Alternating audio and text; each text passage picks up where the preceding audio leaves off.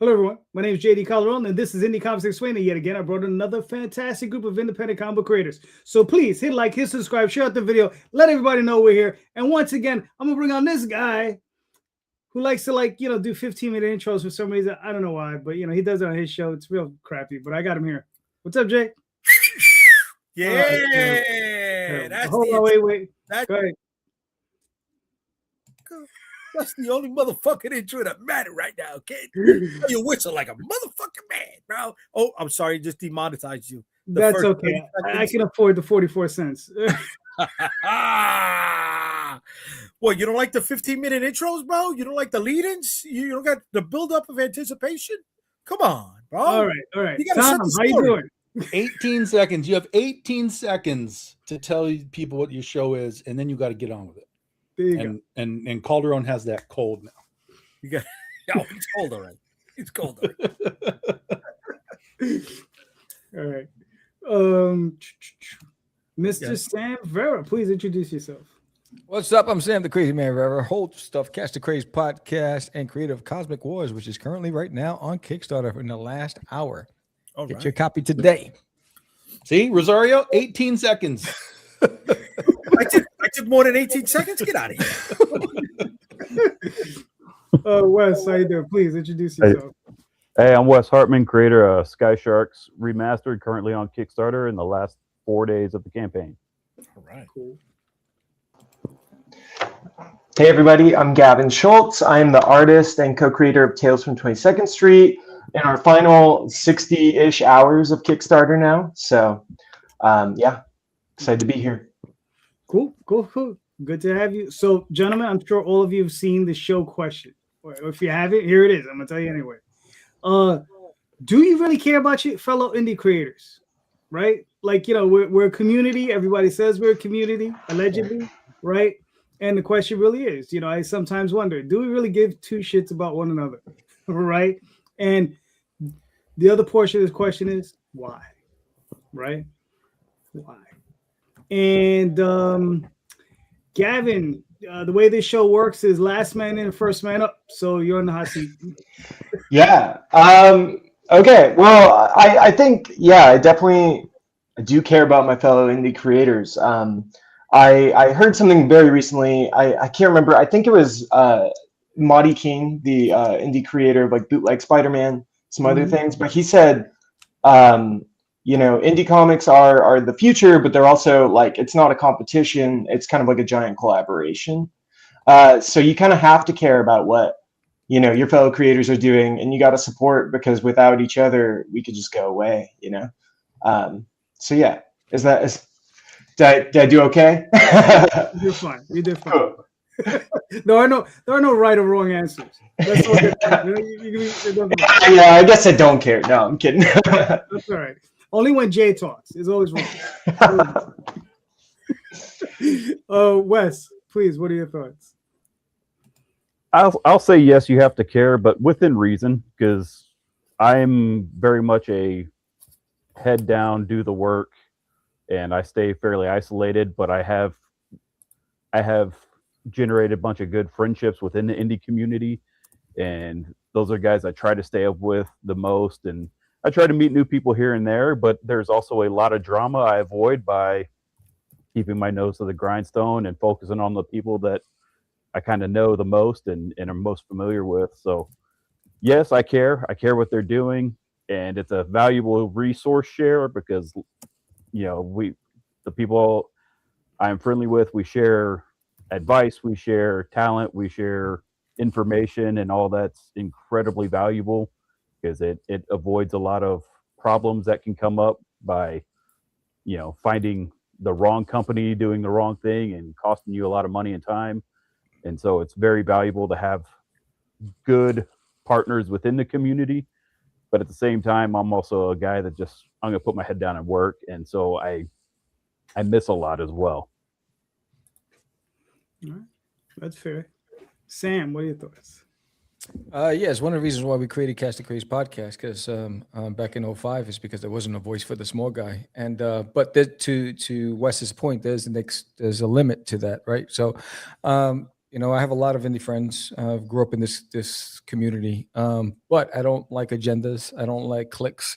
Where you have to speak a certain way or have the same opinions in order to be part of a community. I like a community that's diverse in thought and artistic value and creativity. But once this starts going, where you can see that there's like a look and feel to this group, I stay away from that because it's always trouble. Yeah. I mean, it's one of the reasons why I always post when I launch. Hey, anybody wants to cross promote? I'm always looking to share and support wherever I could. Cool. Tom, what are your thoughts? And now the vinegar upon us. No. So yeah, I think all three of those guys kind of hit it all sort of nail on the head. For me, I appreciate indie creators for a number of different ways, but it doesn't mean appreciating indie creators doesn't mean that you have to appreciate everyone. You have to like everyone. You have to like everybody's book. Like for me, for decades, all I've heard is comics are dying, comics are dying, comics are dying, comics are dying, and yet all I see are people making comics, coming up on their own, making comics. Young people too, like not just dudes that are 50 years old and like it's their dream to make comics. Like I'm seeing 20, 30-year-olds, like they're not just reading comics, but they're making their own comics. So if comics are dying, the way I look at it is how are these new indie creators coming up wanting to make comics? It does the narrative doesn't jive. So that's the big appreciation element is like, it's still here. Comics are still here. These people are making sure comics are still here in one shape or another. So yeah, I have appreciation for people who are doing it, going through the process, going through the struggle. I have appreciation for the people like, Calderon or Rosario who, invite me onto their shows and help me promote what I do. And I try and do that the other direction whenever I can too. So it is a community, but like Sam was talking about, there's cliques. You can either fight and run into walls all you want with that stuff, or you can just essentially just build your own clique and exist in your own bubble, and all of those bubbles never have to touch, and you can still say, you know what, I'm glad those guys in the other bubble are making comics too, because it just raises more awareness for the art form across the board. So yeah, that's kind of where I come at it. All right, cool. Jay, you've been chomping at the bit since Friday. Yeah, I can't say you. I really can't fucking stand you. You guys are cool. You're right. I'm definitely joking. And what the guys are saying, right? Wes, Sam, Tom, I'm in line with, right? Tribalism is detrimental to anybody's work. But at the same time, you know what? Let me rewind. I want to see people succeed, whether it's in comic books or whatever their lane is that they're trying to get to. I want to see you win. I do. I'm psyched, right? I feed off of that energy. But at the same time, I'm not going to drag you across the finish line, right? I can't. I've got my own stuff I got to handle, and there's people out there who are definitely of that ilk, right? But then there's the groups of people that are out there, tying up their boots, putting their money where their mouth is, and creating stuff. And if somebody's like, hey, how do you do X, Y, and Z? I've got no problem sharing that information, right? I'm not going to hold that back from anybody. Like Tom said, and what you do in Calderon, yeah, I got the thing on and what Sam does, I got the thing on Fridays, right? I invite people on, they're welcome. Doors never close to anybody. If they want to come through, shoot the shit, talk about their stuff, right? Talk process. Vent their frustrations on where they're at in their current state of work. So do I care in that regard? Yeah. But I don't care about those that want me to do the work for them. Does that make sense? I mean, You know, it's that what's that adage? You can bring the horse to water, you can't make him drink, right? I ain't gonna fucking serve you the goddamn water every time you get to the goddamn water hole. You know, I showed you how to get there. Whatever. I understand I'm abrasive, but that's all right. That's who I am. I'm sorry. I'm all over the place right now with that. Yeah. I wanted to started getting very internal, Jay. Very. I wanted to come at it with sorry about myself. You know, but it's like, yeah. I don't know. Once Sam mentioned the tribalism, I was like, yeah, that's out there. But tribalism is real, though. That's in every. That's not just comics. That's humanity. Is tribalism? You know, so you can't really. There's really no. That's what I was saying on my part. I was like, you can't really fight against that. You can try and scratch and claw and get into whatever sort of bubble you want to try and get into, but it's going to be difficult just because of the way humanity works. Right. You know, and so oftentimes it's better for you to just create your own side of the road, build on that. And if someone on the other side of the road wants to come see you, then you can kind of meet in the middle and start to, you know, that's right. build the bridge, you know? So, but you know, there's so many people, it's even just in like, hey, I'm making a comic. How do I get a publisher? Like, yo, that's 1998. Get a publisher, man. Like we're not in that world anymore. Right. You do this yourself first, then you can take steps to get into other markets and so on and so on. But you don't just have an idea and go to a publisher. That doesn't work anymore. So like you were saying, it's the horse and the drinking and the finding it and whatever. But yeah. I get it. Cool. For myself, I'm of two minds, right? There are days that I love the community and I want to help everyone. And there are days I'm just like, just stop. All of you just stop. Just be done. Please just go away. I don't want to read any of your work. I'm done with you guys. And yeah, that's how I feel. You know, but like I said, I do this show.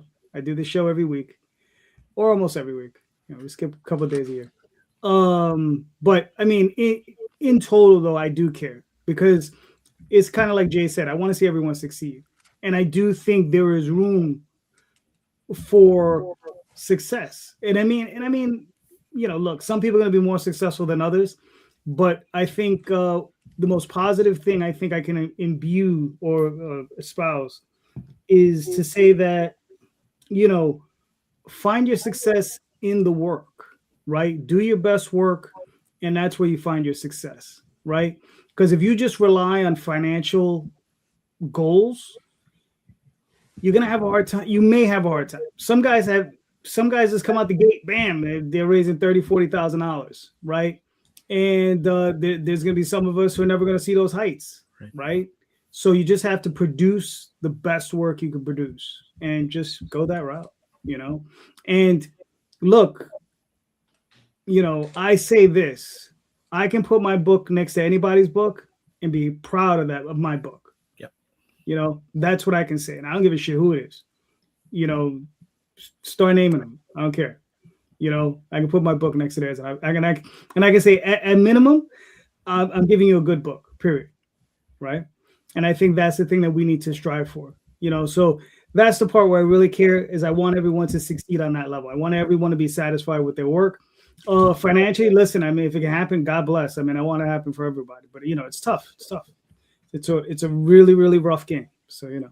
So. Well, anybody that makes comics knows how much work is involved. Oh, yeah. Mm-hmm. And so, I mean, if I'm seeing somebody else making comics, I'm like, bro, I've been there. I know what you're going through. What do you need that I can offer? Whether it's resources or advice or just a positive word, because you know most of us are stuck in our hole doing the work, so getting those positive affirmations don't always come. So it's even just like, man, that's really cool, that's a great looking cover or page, or oh man, I like that idea on your story. That alone can fuel the fire. I mean, even at conventions, meeting people and them coming up and talking to me like, man, I bought your book last show and it was so much fun. And it's just like, oh, thanks, man. That means the world to me. I so much appreciate that. It's like, where's the next one? It's like, it's coming. It's not here yet.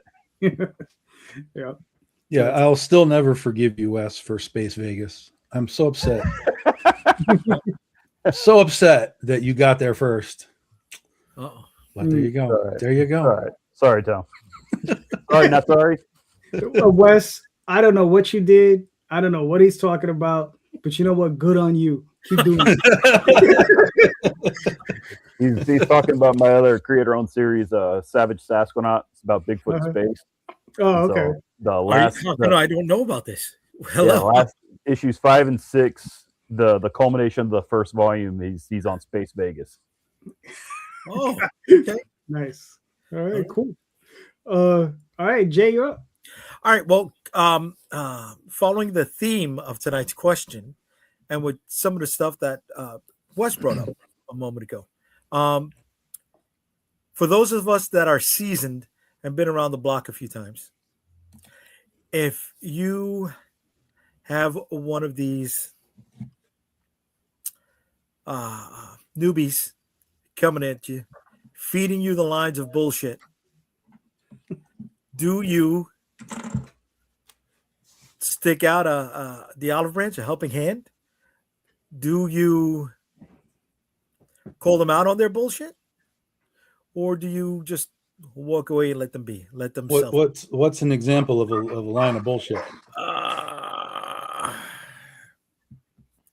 Just I've got an in to diamond. Just throwing it out there because we know it's not there. Okay, you know, it's a line of bullshit. You know what a line of bullshit is. It could be any form, right? Oh, I'm moving 20,000 units. Whatever the fucking case is, right?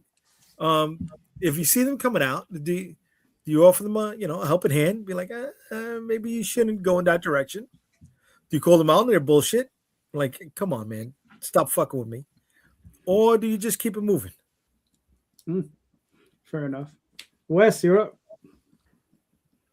Honestly, it depends on the day and my mood.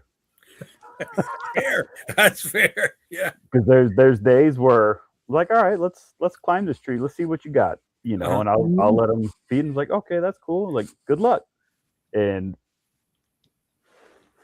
so be it. Like I've had a past experience that sounded a little too good to be true, but it looked like they had the ducks in a row. It's like, bro, like on paper, this looks great. And it just became the single most unprofessional experience ever. It's like, all right, my bad. I wasn't really out anything, but I was at the same time because I kind of got myself excited and pumped up for it.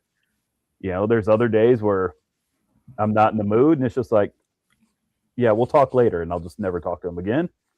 And then there's other days just like, well, it's like, do you have a specific question? Do you want to know something that I can help, or what are you trying to get from me, or what do you want? And if they ask, I'll answer, and I'd be happy to. But sometimes it's just, well, I know this and that. It's like, oh, that's awesome.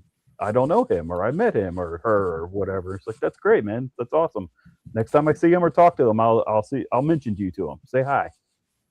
But it just depends on the day, just kind of how I'm feeling, if I want to be particularly chatty or not.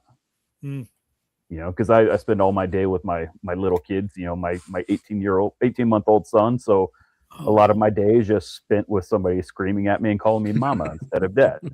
So it's like, hey, it's human interaction. Let's talk. And it's not to somebody who's just yelling at me. Yes, please. Thank you.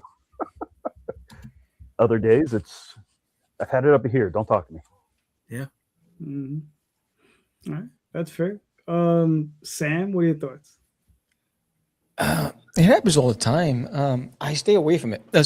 So we've been doing this a long time, and everyone's going to be the next big publisher. Everyone has this next big venture, and I let somebody else go first, right? I was like, you know what? Good luck with you, but you know what? I'm going to sit this one out.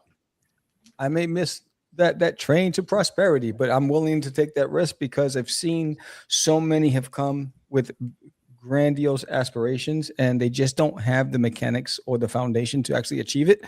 And they've had that most of the time I've seen it where they didn't do their homework, or there's so many steps missed along the way. And so I'd rather let somebody else be the first, and I'm never the first or second. I'd rather wait to see it perfected before I decide whether or not I'm going to go in and go that route. You know, and look, no fault to anybody else. Everybody wants to be successful. I just think you have to be a student first, and you have to do your homework, and you have to understand what you're getting yourself into. And most of the time I've seen, and it's unfortunate, and we've seen it over and over and over again. And there's body bags everywhere with everybody who had these dreams. They're going to be the next best thing, and they're trying to build, bring everybody with them. And it's just crashed and burned and crashed and burned. And so I usually just sit it out. I bow out gracefully and say thank you, but no thank you. And I just keep it moving. That's it. All right, cool. I don't think it's right you calling out distillery like that, but okay. Stop starting anything. Woo, fire shots, kid. That's just one. There's like a half dozen others. I know. They're the most recent. Yeah. I get it. Are they fully shut down? Who knows? I mean, they'll probably pop up at some point. Okay. No, because remember, bad idea. Shut down to become a cupcake thing, and then pop back up doing comic books. You can make more money in cupcakes than you can in comics. I think so. Yeah. That was part of their marketing. See, there's your next marketing is you sell a cupcake, but the wrapper has a comic book on it. So you got to eat the cupcake and you save the wrapper, and it's got story panels on it. Not a bad fucking idea, kid. This is what I do. This is what I do. It's not a bad idea. Sam, this is the next big thing. Follow me, Sam. Follow me. Come with me if you want to live.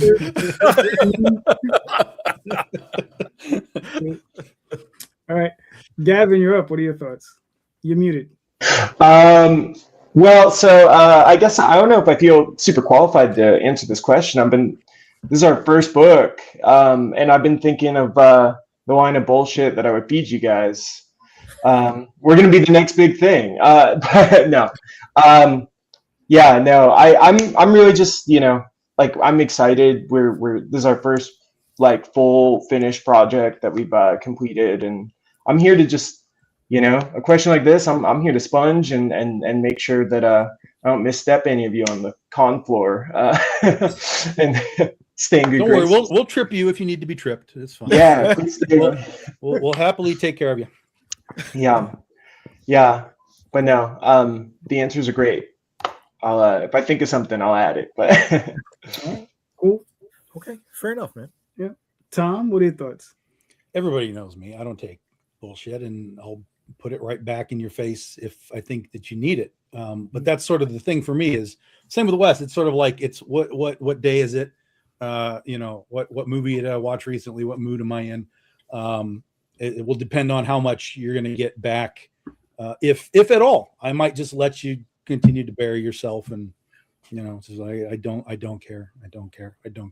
But where it really bothers me is if somebody is not just simply like, it's one thing if you're pitching something to me, like I can fine, whatever. I can yes or no, or I can devil's advocate with you or whatever. But if you are taking that stuff out to the public, and you're actively sort of engaging with folks like Gavin who are like, just starting off, and you're giving information or thought processes or things that I know are not where these guys are supposed to be, that's when I'll speak up for the most part, because I don't want anybody to get tripped, Gavin. I want you to have a nice path ahead of you before you reach the inevitable bumps in the road. But if someone's out there just clearly just giving bogus thought processes and information, that's not going to fly for me, and I'll challenge them on that. And then if they have answers, that's great. Now we have a different level. Okay, now I see you're on a different level with what you're talking about. You just have a poor presentation. But most of the time, the guys that are coming out with this stuff, it's just all like this, and they're just spouting whatever they need to spout to get sort of the immediate clout of who they are for whatever reason. And that's what bugs me. And that's when I'll generally kind of call people out. All right, cool. Well, one thing about comics, everybody's got their own path. Like there's no one way to do anything. Mm-hmm. And it's funny because everybody you'll talk to, they have a story that is similar, but also totally different than everybody else. Mm-hmm. And so you can give advice, but you could be right next to somebody who did the exact opposite and found as much, if not more, success. And it's Yeah, I would. That's a great point, and this is sort of the other side of the discussion, right? Is if you hear somebody talking about whatever, about how to do something, the first thing you should do is go and figure out who that person is. Do they work for a company? How long have they been doing something? Some guy might be telling you, here's the answers to everything in the comic book world, and they've been doing comics for a year and a half, right? That's sketchy at best, unless you've gone and searched and you've seen that they're one of those lightning in a bottle guys, and they've done something that you can follow and go, oh, well, he kind of did this. Let me kind of take that. But, or the other side is, oh, this guy's been doing this for 10 years, 15 years, 20 years. He clearly has had some experience in blah, blah, blah, blah, whatever. So it's always sort of on whoever's listening to kind of figure out, like, do I need to listen to this guy? Or is he just spewing to spew? Is he literally telling me something for real, or is it just to build his clout in as fast as he possibly can? All right, cool. Yeah. All right, for myself, yeah, I mean, it depends on the day, but I'll be honest with you, typically I just walk away because I don't have time to deal with bullshit. I don't have time for those types of people. I just, go tell it walking, right? The one time that I did stop and I did listen to one of these people, it wasn't good. So, so I'll just pass on that. So yeah, but typically with a lot of those people, I just honestly just don't have time, to deal with those types of individuals, even if it's just like an online debate, right? It's very rare that you'll even see me respond to somebody's post. You know what I mean? I'll see a post, I might give it a thumbs up or whatever, smiley face, a laugh or whatever, but it's rare you're gonna see me type. If that's happening, I'm usually at work and I'm bored. Like I'm sitting there and like I finished a review or a spreadsheet or some dumb thing, and I'm like, let me spend a few minutes online, and I'll just entertain myself for a few minutes. But that's rare too. So I don't think I have ever seen you post on anything that is like a debate about anything. No. Like ever. Yeah, because that's what this show is for. Yeah. Okay. Yeah. He saves it up. He saves it up. I like it. I'm like, that's what this show is for. I'm like, if you want to discuss it, we just come to the show. You bring on the show, we'll talk about it. Right? It's it's that for me. It's just like I don't need to sit there and be like playing Thumbelina. If I'm gonna write, I'm getting paid for it. So I'm writing scripts. That's what I'm doing. So, but typically, I just just let people be. Like, if they want to talk, whatever they're talking, just let them talk. It's just like it's their breath. It when it comes to a debate online, you're never going to change anybody's through the keyboard. Nobody's opinion's ever going to change. So it's wasted energy. Mm-hmm. Like my philosophy: let the work speak for itself. Right. Everything else, whatever. If you want to have a conversation or a debate, come find me. We'll talk in person, because the keyboard and social media, that ain't the place for me to do it.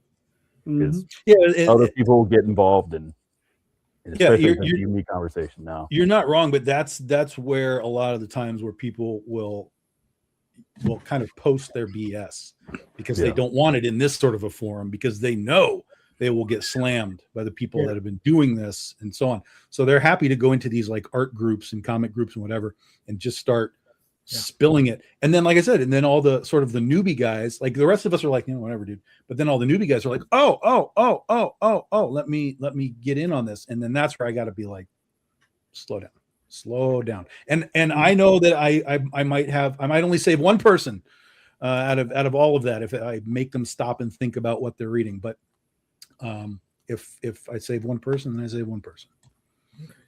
So Tom cares about his fellow. That's right. Tom cares. Bringing it back to the first question. That's right. I like that. Shout out to Rod. What's up, Rod? There you go. How you doing, Rod? I think Daphne made the point I was trying to get at also. How many people are out there trying to sell you courses on the how to make a comic, and they're just using the money that you're paying for their course to make their own books, because they can't sell one. I've had people come to me trying to sell me the next Netflix of the comic book version of Netflix. I've had people try to set up meetings for me when they know I'm at a con. Are you going to be available during this time to talk about blah blah blah blah blah blah blah blah blah blah blah? And it's just like Wes, you know, am I in on it? You know. So do you don't respond to the Nigerian princes? Because that's how I do it, Jay. Is I respond to all the Nigerian princes. Have you ever tried to flip one of the Nigerian princes? Right? Be like, why don't you just come work for me? You can make legitimate money selling my books, and we'll both be fine. Yeah. There you go, K-pop junkie. Blah blah blah blah blah blah blah blah blah. Yeah. So you got Jay? Thought you'd have a little bit more venom. No. I don't need to be filled with venom all the time. Come on, man. Well, no, that particular question though is kind of like, you know, projected towards that. It is. Yeah. I'm not gonna get into it. I can't get into it. Jay doesn't call out though. Jay doesn't call out. I don't call people out. People out. You know, it's like I'm one of those start none won't be none. And the other thing is, if you do start some, fuck you in your mouth. You know what I mean? It's you know, because like Wes said, you know, when you're online, you know, nobody's opinion is going to be changed, but they don't got the balls to say it to you in your fucking face. Yeah, you know, that's another thing, man. Say something to me. Say something to me. Fucking cunts. The venom, it's coming. It's boiling. It's bubbling. I don't want to bring it out. I don't want to bring it out. You know, we're having a good time. You know, it's all right. I don't want to be. I don't want to be so abrasive. Okay, that's right. But he's there. Wow, that guy got to you. Yeah, somebody got to you about that abrasive part. You know. It's you hurt me. I'm going to show you on the screen where they touch me. Okay. No, it's just, you know, I mean, you don't know what you're doing. Shut the fuck up. You know what I'm saying? Until you've done these fucking books, until you've put in the time that we've put in, shut the fuck up. You know, I ain't asking you to be a kohai senpai in that type of fucking relationship. You know what I mean? But it's like, shut the fuck up until you know what you're talking about, man. Was there a more specific point that was given across when you got the abrasive comment? Were they like, oh, you're so abrasive from this thing, or was it just a generalized? No, that was a generalized thing, but then there was something else. It's like multiple things coming together. It's trying to see. You see, I'm starting to speak fast. I gotta slow the fuck down. I gotta slow the fuck down a little bit. You know, Woosah. Yeah. Like, you know, I want to be chill. I want to be fucking chill. I'm not drinking anything. I want to be fucking chill right now. So Jay, but who told you this though? Who told me what? You know, the thing about you being abrasive. Who hurt you? Oh, it's been around. Apparently, it's floating. Some floating? people think it. Some people think it. You know what I mean? But then, you know, it comes back to people who've never done fucking books tearing my shit up. Right? And then it comes back to tribalism. You know what I mean? Just because you're sucking EVS dick, just because you're on that side of the fucking table, you know, you think you're untouchable. Make something. Grow your goddamn catalog. You know, believe in yourself. Because obviously you can't. That's why you're out here reviewing other people's fucking books, because you can't make one yourself. Sorry. So do you feel better now? No. No. No.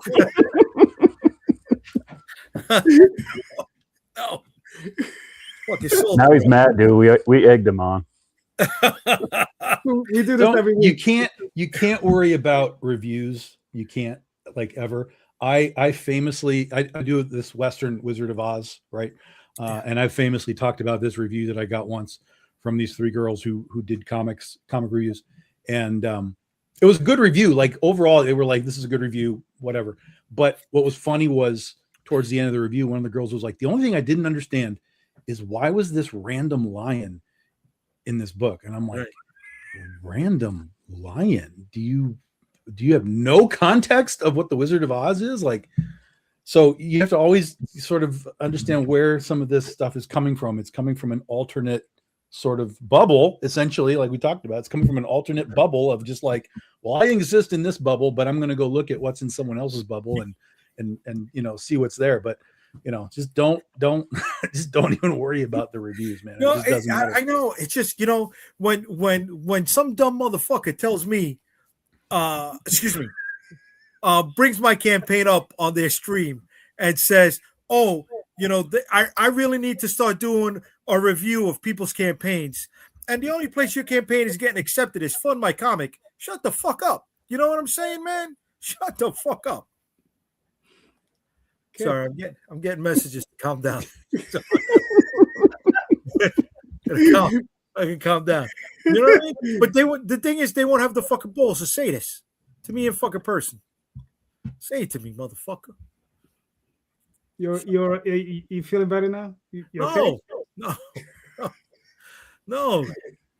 Yeah, because the only reason I won't backhand somebody in public is I don't want to get kicked out of the convention. I mean, I spent in a fucking investment in these places.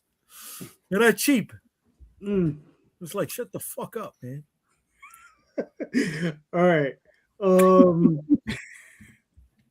Sorry. So Jay, you sure you're okay? I'm all right. All right. Move to the next. Tom, say your fucking question. Whoa. Just chill out, man. Because I mean, you're getting all warlike. You guys sparked me up. You're getting all warlike. You don't think I'm going to be worried? Cosmic Wars, bro. This is what we got to worry about right now. Cosmic Wars, okay? So there you go. Sam, do you want me to play this video? Yeah, sure. Yeah, it's whatever. Wow, just 24 hours. We are right here at this moment. In 24 hours, the campaign ends. But there's so much to accomplish. With your help, we funded in an hour. With your help, we unlocked the first stretch goal. With your help, we unlocked the first backer goal. We've also held multiple raffles, and a lot of you won some amazing swag.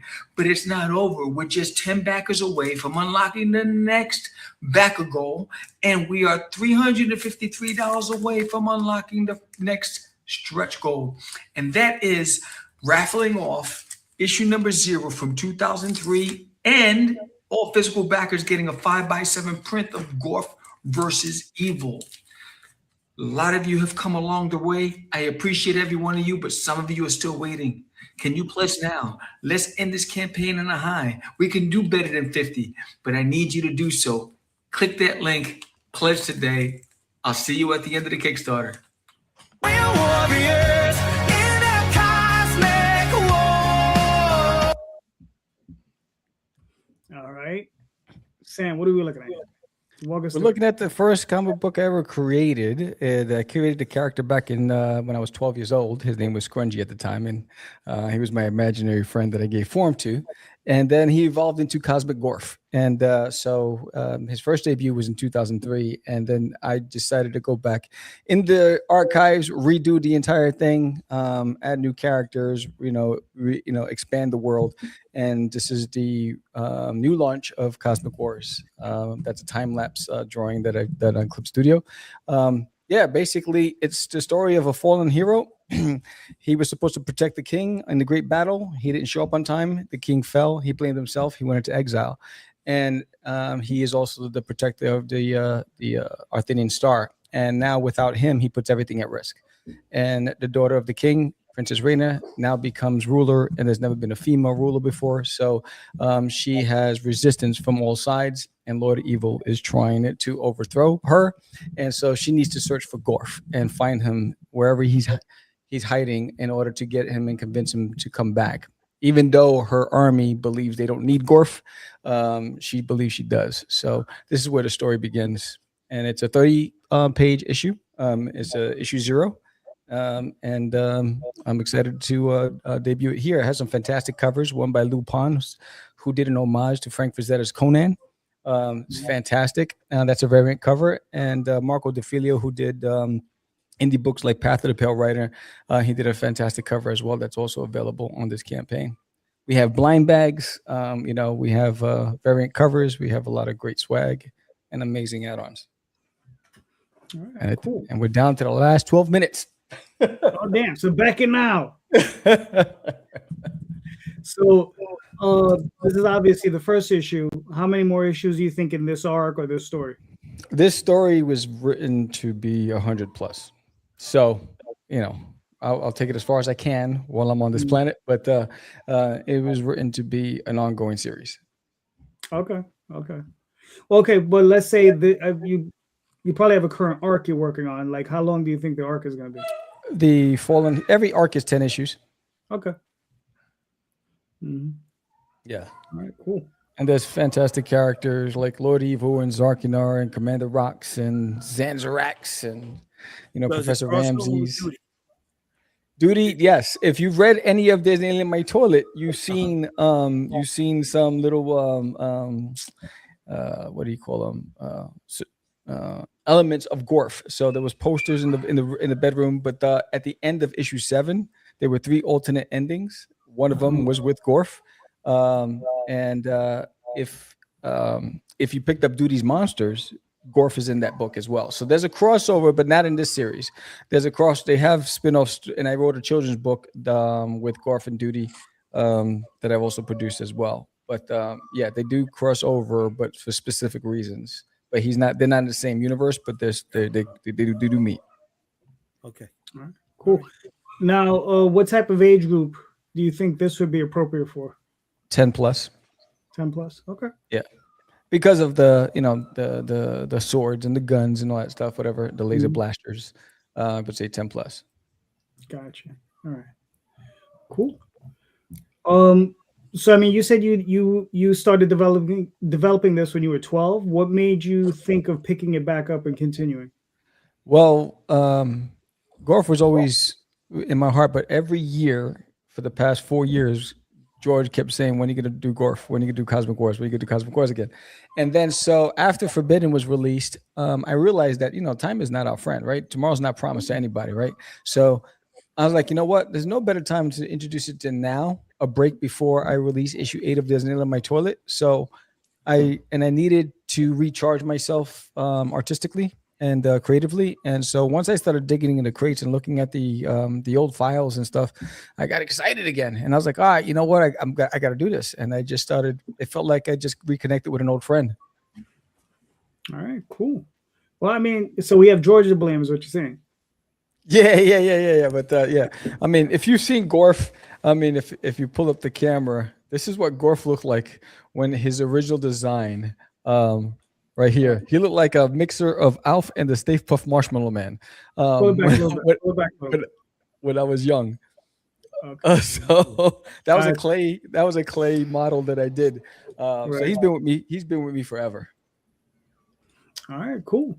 Yeah. So you got. Let's see. What are we looking at here? Another 10 minutes, everybody. So if you want to jump on, now's the time. Go get it. All right, but you did nice. You did 3 times your goal. So. Yeah, and every physical backer gets a 4-inch sticker, a Cosmic Guardian Defenders of Freedom sticker, and every backer at $25 and over gets a Cosmic Gorf sketch card. So, and then we've unlocked as well. So, all right, cool, very nice. Listen, another job well done, sir. Thank you. Trying to catch up to the big boys. I am too. Yeah, we all are. All right, Wes, do you want me to play this video? Yeah, you can. It's about a minute. Hi, everyone. I'm Wes. I'm so excited to be back for the final issue of Sky Sharks Remastered here on Kickstarter. We successfully launched and delivered the first 2 issues together, and now we're here to finish the mission. In this final chapter, the stakes couldn't be higher. Dr. Castle's doomsday weapon is live, and the world is hanging by a thread. The Sky Sharks must infiltrate the Steel Fortress of War Island for one last dance. It all comes down to a final face-off with a former friend. Is it redemption or doom? You'll have to read to find out. This is the definitive version of the story. Like the first 2 issues, this is more than 40 pages of diesel punk adventures. fully remastered and recolored. And because I've done this before, the process is dialed in, the book is nearly complete, and the rewards are set, and I'm ready to get this final issue into your hands. Thank you for supporting this journey from the beginning. Let's finish the series strong, hit that pledge button, and let's get the Sky Sharks in the air one last time.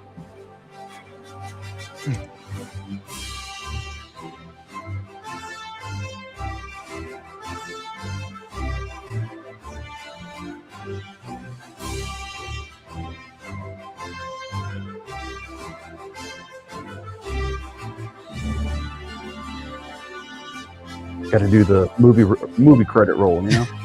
Yeah.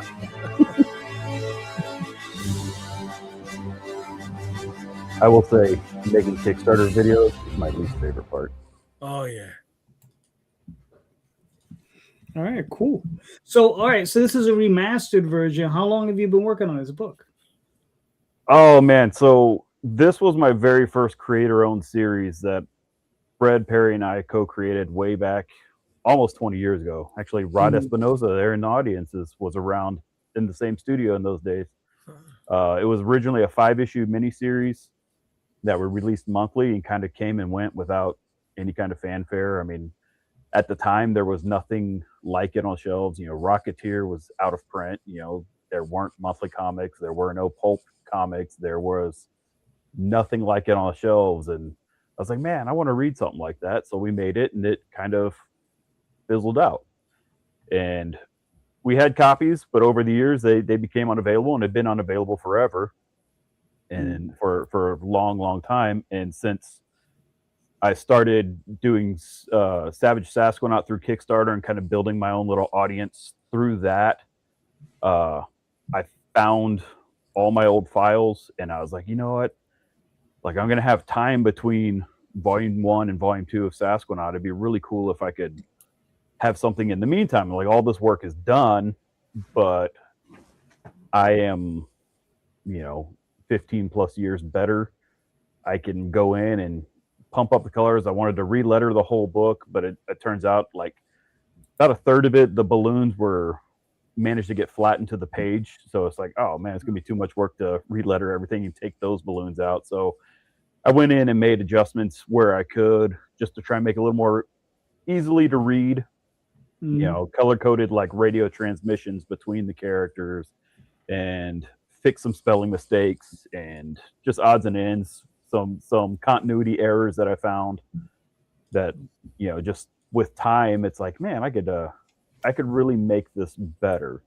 But I didn't want to do the 5 issues all over again. So, and I didn't think it would go straight to a trade. So I'm like, let me repackage it, all 5 issues. I'm going to do it as 3 issues. So every issue is over 40 pages. They're between 41 and like 46 pages each of story. And so it gets the whole series. This is the Kickstarter for the 3rd issue for the final issue of the story, but all 3 issues are available on the Kickstarter.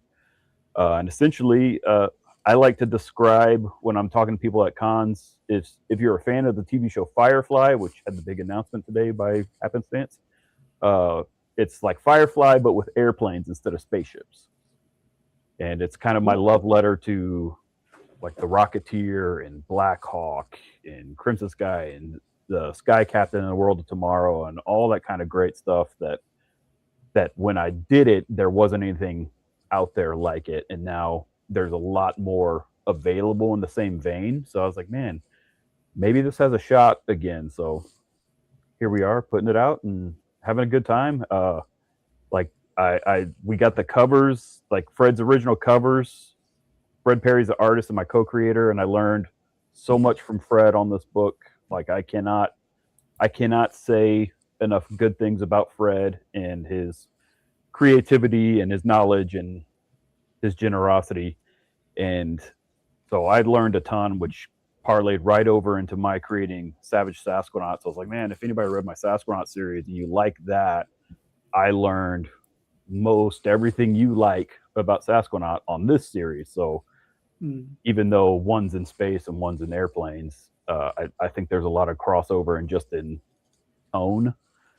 But yeah, it's been a love letter to come back to this series because I'd kind of kind of put it off, kind of put it out of my mind. Hadn't read it since it came out. So once I started bringing it back, I read it just kind of cringing, like, oh man, how bad is this going to be? And it's like, oh man, I'm having a lot of fun with this. And I instantly saw just minor tweaks. I'm like, man, I can't believe I didn't do this originally.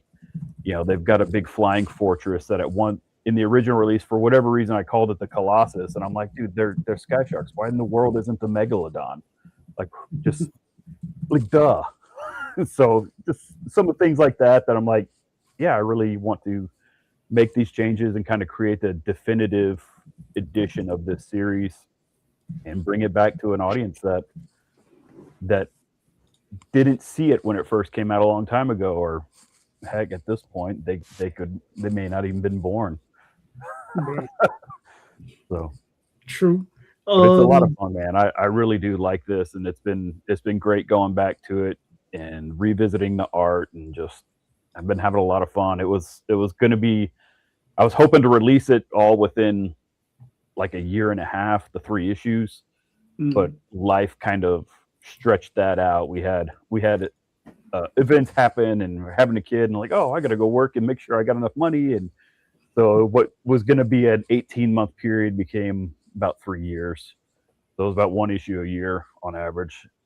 So not too bad, but I'm looking forward to finally get it done and in everybody's hands, because I feel like it's been a long time coming for everybody to see this how it should have been seen all those years ago. When you have time to do it as opposed to a monthly deadline, it can really make things look better. True. So I mean, when you guys were doing it monthly, I mean, were you actually like, did you guys give yourself a grace period? Are you 3 months ahead, or were you guys just banging it month by month? No, we banged it out. I mean, yes and no, because at the time we were also printing in China. So we had like a window. So we would get done and send it to the Chinese printer, and we wouldn't get it back it'd take about 2 months to get it back. So while we were ahead, we were also behind. And so, I mean, it was just, and while we were doing this, Fred Perry's main series was Gold Digger, that he was doing every single month, writing, drawing, coloring, lettering. So, I mean, he was doing both books concurrently, doing his main title, and then he would come and pencil and ink this book, and he would also do some lettering in it, and then I'd go over it, and we kind of tag teamed it to create what it became. And so, I mean, he did a Herculean task that there's nobody beyond like Jack Kirby that has ever drawn as many comics in a month as Fred. And so, I mean, he was doing great stuff, and it was really cool. And it's like, he would give it to me, and I would have about 10 days or less to color it. And like the last issue, when we put out issue 5, it was like a 30-page book, and I had like 5 days to color it, which the fun part was, that's my favorite issue. I feel like that was the issue that looked the best, because it's kind of, you turn off your brain and don't second guess anything and just do it, and all of a sudden, like, yeah, it's good. So I'm actually revisiting that issue now. I just finished the work earlier this week, and I didn't have to do as much as I did the first remastered books, so that was nice. But yeah, man, it's been a lot of fun, and it makes me want to do more, but at the same time, I don't want to do more without Fred. Right. So, because he was everything in this book with me, and it's just like, I don't really want to do it without Fred, but maybe one day it could happen. But I'm not counting on it, but you never know. I'm never going to say never. Right. Gotcha. I know he's a busy guy. Yeah. Is he semi-retired these days, or is he just, because I know he's still doing a book over at AP, so yeah, I'm not exactly sure I know he's still drawing books, but I don't think he's doing monthly titles. Right. I think that's the difference. I don't think he's doing the monthly grind, if I understand correctly. We don't chat nearly as much as I would like to, because he's a dude that, again, he knows as a grindstone. So, I mean, he doesn't answer the phone. You're lucky if you get a reply to an email. So it's kind of catch as catch can. Very, very, very seldom I get to talk to him. But I got to see him last year. Anarch Press had a 40th anniversary birthday bash, like one-day con, and brought all these people out, and Fred came out, and it was a lot of fun. So I got to sit with him and show him what I'd been doing. He knew what I was doing. He drew an extra cover for the first issue, and Nice. and so it was a lot of fun. And he was just like, oh man, I was talking about like the Colossus becoming Megalon. And he's like, why didn't we do that? I was like, I don't know, because I'm dumb. Just obvious things like that. But he was just like, oh man, he got all excited again too. So you never know, man. Maybe one day he'll be like, man, I want to draw some more Sky Sharks. Like, let's do it. I ain't gonna say no. Yeah. All right, cool. So you got another 4 days. Got a little bit of work to put in, but I think you're gonna make it. I don't think you're gonna have an issue there. I hope so. I hope so. All right, cool. All right, next up.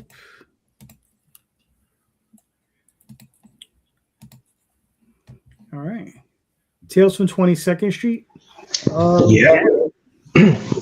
Yeah.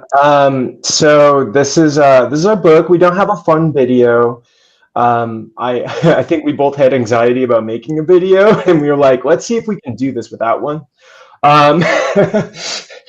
So we just took that swing. But so we've been, for the past 2 years at least, probably more like 3 or 4, during like the post-COVID era, we were playing a lot of video games, and Joe lives in Detroit and I live in Chicago, but we've always been like good friends, and we just started writing a story together, like not even playing video games, just like in a chat. And then I'm the artist, so I was doing all these like sketches and stuff, and we were like, oh, we should have like this, we should build this like world. But I guess I'll like give you some context for like the pitch, right? So it's set in like an alternate 1995 in a city called Deepwater. Hydro theft is at its peak, street gangs run rampant, and the clock's ticking for this city until their water supply runs dry. And Trail Hicks is he's this squirrel college student who over like every night like is a DIY vigilante crime fighter type who wears like a sweatsuit and has a fanny pack full of mail order gadgets, and he uses those to try and protect his neighbors from lizards that are stealing water, and then uncovering like this bigger conspiracy of what's going on with the city's water. I've been doing the like for fans of type thing so it's kind of like, obviously we owe a lot to like Mirage Studios and like TMNT, but there's also a lot of Kick-Ass or like Spider-Man, like teen superhero tropes, and then there's like a little bit of like a Soylent Green type thing going on with like kind of this dystopian world. So I did all of the art for this book. The colors, my fiance helped us color flat. And then I kind of, did the embellishment that I needed to. Try to keep things relatively flat. Although it's set in the 90s, the book's like art style and like overall tone owns like a ton to 80s comics. I mean, I was like, as a 12-year-old, like I worshipped Batman Year One. I thought it was the coolest book of all time. As did I have an appreciation for like Born Again and like all those Frank Miller books, Sin City, obviously. So yeah, this is our first campaign and it's gone really well. I don't know if we were entirely prepared for like, we thought like we would hit our goal like right at the end and it would be good, but we've really funded the heck out of this thing. Good. And we got to cave out some time to meet up and sign copies and bag and ship stuff, and yeah, it's exciting. All right, cool. Now this is an issue 1. Is it a one shot? Is it a limited series? Yeah, so it is. We definitely are doing 5 or 6 issues. I think like we've constructed a world that there's so much to play with, and like just like kind of setting everything up was really difficult. But once you kind of lay the rules, we've been able to like issue 2 and issue 3 are like written, and I've already started laying them out. Like we're going, like things move a lot quicker. But this first issue is also like double size because there's a lot of ground to cover, a lot of catching up to do. And yeah, it's I think ideally like it's one of those things where we would like to just kind of do an issue a quarter. It keeps, I don't know. I really love drawing this book. It's a lot of fun. All right, cool. So 5 or 6 issues. At least. Gotcha. Yeah. Gotcha. And that would be the arc. Yeah. We definitely have a 6-issue arc. It could end up being 5, but I think it's gonna be 6. All right. You are the artist. You'll make that decision. Yeah. Yes. And it's also like it's definitely friendly to, I would say, like 12 and up. We had to use a lot of Grolics. We had to swap out some of the swears for but I think it adds some personality, especially with him being like in college, and we're doing it at a smaller trim size. So I'm a big fan of like the new like compact comics and like the Marvel Premiere Collection. Yeah. Just because of I ride the train every day. I like to like take a book on the train, and it's way more difficult to read like the 6.875. I forget the exact dimensions, but floppy like on the train. I was like, it'd be nice to have something that kind of like is commuter friendly. But then I realized that's like the young adult size. So we were like, oh, we gotta take the swears out. We gotta make this because we don't want any kid to go pick it up and They'll be like, "Mommy, what does fuck mean?" yeah. So, but yeah, no, it's I'm excited. I'm excited for you guys to. I know. I mean, looks awesome, man. I like it. Looks Thank you. Really, really cool. All right, so you got another 61 hours. You got 114 backers. You did well past your goal, so you guys are really good. Good. Yeah. So again, everybody, pick up another book. Awesome. Very nice. All right, real quick, I'll throw up my campaign. I think another 3 days on this thing. This is a trade paperback for If I Was a Few Inches Taller. It's a story where Oswald, my character, he's a magical mouse. But this is stories focused around his neighbor Ordith, who's a troll, who's in a war with an ogre, and they've been in this blood feud for several years, and it's finally coming to a culmination. And Oswald is at the center of the resolution of that. So that's what this story is about. Along with this, I am also putting in a couple of prose stories that that also coincide with this, and they're in this portion of his life, because I go through Oswald's entire life cycle, and this is the very beginning. So, and so that's what's going on. I think I got another 3 days. Yep, got another 3 days. So there you go. All right. So thank you so much, everybody. And Tom, you're up. Okay, so unusually, I have an easy, fun question for you, as opposed to the deep. How is that even possible? I know, right? Well, it came about because of Robert Kirkman. Something he's been doing in his stories for a while, in Invincible particularly, where he would have Invincible sort of going through different universes and worlds and stuff, and a couple of times he ended up in the DC universe unofficially, in the Marvel universe officially, and in both cases he had Invincible sort of ragging on the characters about their names. Like he was like, yeah, I get it, but like, isn't that a little on the nose? Like for Batman, he's just like a bat and you called Batman. You're just like a spider and you're called Spider-Man. Like, he was just playing that little weird metal game, and he's been doing that for a while. And they just re-released the Invincible Spider-Man crossover that they did many, many, many years ago, that I had never read. And so I grabbed a copy of it and I read it. And basically the entire issue is basically like, okay, so let me guess. He's looking at the Avengers, like you're Shield Man and you're Metal Man and you're, whatever, just teasing with the idea of we just take a thing and put man or woman or whatever at the end of it, and we get a name. And then, so it made me think about it. I was like, well, how doesn't he do that in his books? And the reality is no. He only has, obviously, Omni-Man. Like, that's the one, right? Omni-Man is death. So there is that one. He did have Martian Man and Warrior Woman, who he both killed off very, very quickly. Spoiler alert. So those aren't existing anymore. And basically, there is no other, like, Dirt Man. Even the elephant isn't Elephant Man. He's just the elephant. So Monster Girl. Monster Girl. Yeah, so that's what I'm saying. There's a couple, but it's not as if we go back further in comics, we get more Batman, Superman, Wonder Woman. We get more of it. Yeah. And so there's less of it today, but it's still there. I myself had to go and think about what I had done in that regard today. And I've only got a few. One of them was done on purpose for the trope, but I didn't want to call. So her name is Lasso Lass. I didn't want to go Lasso Girl because that just seemed weird.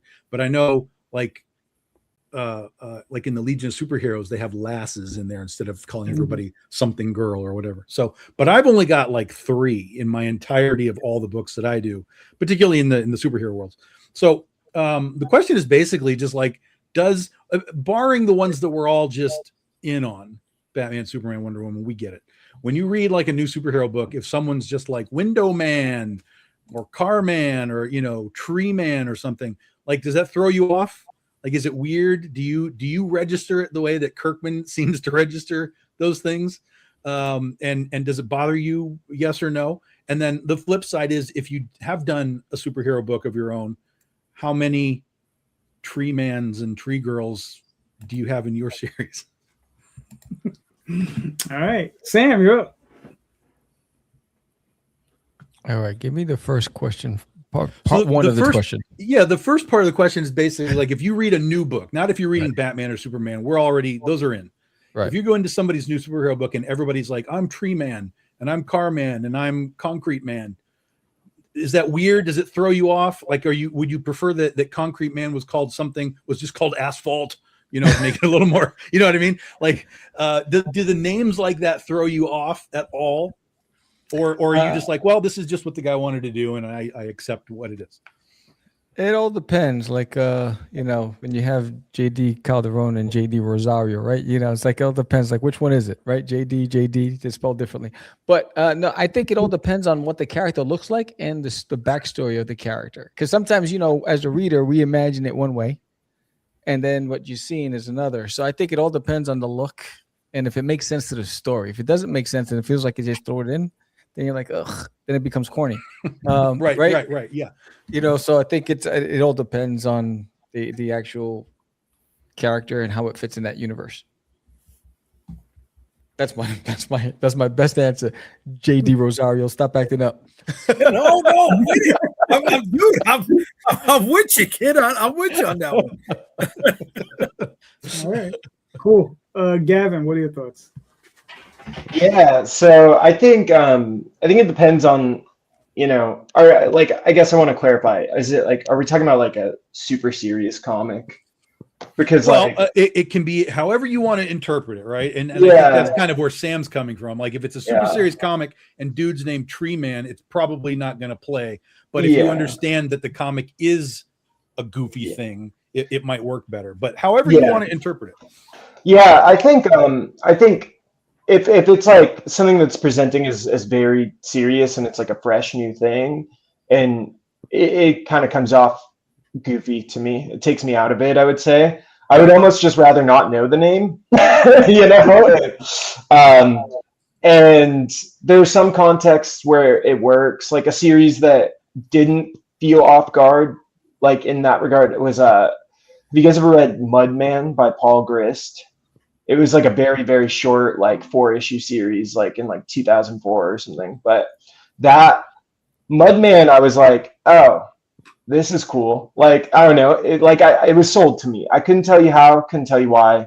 But I think it had like maybe a little bit of that homage to that Silver Age kind of feel. And so it felt appropriate. But yeah, generally speaking, I'm not a fan of naming your character something hyphen man or woman or girl. Now I will say we named our character Shade Tail in an anthropomorphic universe, so I guess maybe I'm not not beating the descriptor noun type thing going on. But yeah, those are my thoughts. All right, cool. Wes, what are you thinking? Well, I mean, you're not going to beat Tether Tyrant. I mean, I know, right? That's not even, he should have been Tether Tyrant Man.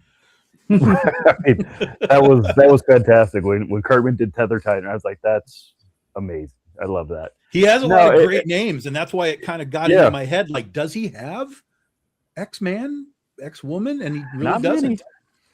Many. I would say it'd probably take me out at this point. Kind of once Invincible ended, it kind of just put the kibosh on superheroes for me, because I'd already kind of transitioned away from Marvel and DC, because they were just going, it's like, I've got what I love from that, and I love that, and I'm good with not knowing the new stuff. And then Invincible ended, and it's like, that's kind of the capstone for me for superheroes. So if anybody's doing a new superhero, I'm probably not going to look at it. That's just me, and that's okay. So if I was going to read a superhero comic and I saw, Carpet Man or whatever, I'd be like, cool, it's another one. The only caveat, I think, that goes along with what Gavin was saying, is how tongue-in-cheek is it? Because that could go a long way. My a buddy of mine, Brian, he kept talking about a book he never did, which is like, all right, that's a book I would buy, because that's so ludicrously stupid. It's awesome. Or he wanted to do the comic about Man, the man bit by the radioactive man, and his sidekick Boy Girl, that was the girl bitten by a radioactive boy. And so they have the powers of a man and the power of a boy. It's just like, it's the stupidest thing ever. I love it. Never happened, and it probably wouldn't in this day and age, but I just thought at that time it was just from a very play on this whole idea of something man, something boy, something girl, and just like, what if it's just a guy? It's just that tickles my funny bones in lots of places. But that's as far as like a regular comic, if it's shelf dude, pocket guy, like I don't care. So before the other guys answer, Wes, you talking about liking Tether Tyrant. I have something you're gonna like coming up in Critter. If you like Tether Tyrant, I got something for you. I'll let you know when it's ready. I'll give it. I'll see if it passes the Wes Hartman test. Nice. Yeah. That'd be cool. I'm looking forward to that. All right, cool. Jay. Yeah, I want to one up Daphne by saying G.W. Bridge. Okay, G.W. Bridge was the guy from S.H.I.E.L.D., shittier than Cable because he was named after the George Washington Bridge. Just saying. But I am a mark for names like that. And it wasn't just, the Tether Tyrant. There was also the Lizard League that he had in there. There was Biplane, which was an anagram, an allegory for the Vulture, right? Because he was an old guy with the wings. I'm a sucker for that kind of shit. I really am. I love punny names, even like the He-Man stuff, right? Trapjaw or Man-E faces. I think it's funny. It also sets the tone for what kind of story is going to be coming out of this, right? It's PG-13, right? I got villains named Eyebrawl, which is a big fucking eyeball who's a big monster fighter. I got heroes named Mr. and Mrs. and then Ms. Freedom, which is a playoff of Mr. Fantastic and that. I got somebody Comrade Commando, which I think though that there's a difference between the pun name and the concrete man, lay it out, concrete girl, But they both like, I think Kirkman's point is that, like, if you're just saying like concrete man, you're at the lowest possible, sort of understanding of the character, maybe something like that. Yeah. I'm going to say yes to Daphne. There was a character in G.I. Joe named Snow Job. Correct. Very early on. Yes. It plays. And they did play him as a con man. Puns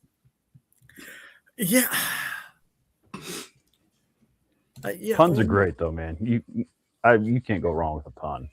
You can't go wrong with my comic is Sasquanaut. Yeah, it's Sasquatch astronaut. I mean, I love that, dude. You sold me on that.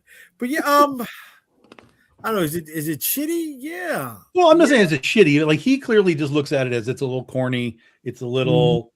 Let's take another step up and see if we got. Yeah, let's try just one step harder. And I think all of it is tongue in cheek too. Like, I don't think he's tearing anybody down for it, but it was just something that he and his in his writing world noticed when he Mhm. was doing stuff, and he was like, I get it. But I get to try harder. But then, elephant.